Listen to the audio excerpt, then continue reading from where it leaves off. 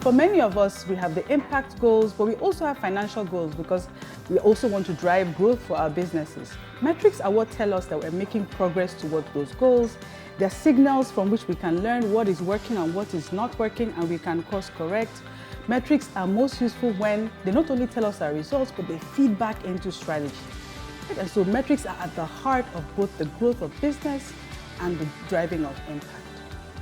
We had such a fascinating discussion. I would call it almost field building. And what happens when the conception of impact diverges? When the investor is thinking about impact as one thing versus the asset manager, how do we begin to reconcile those things? And then we want to measure rigorously, but we don't want to overly burden our partners. So how do we think about measuring in a way that is rigorous, mixing different methods, but combine it in a way that people are not using all their budget and their time to measure versus focusing on impact. So Visa being part of this conference is really important, right? Because we're having a conversation about how do we rigorously measure that we're making progress towards those goals in a way that's intentional. So we're not making assumptions that, payments are changing lives. We're actually tracking, are they changing lives?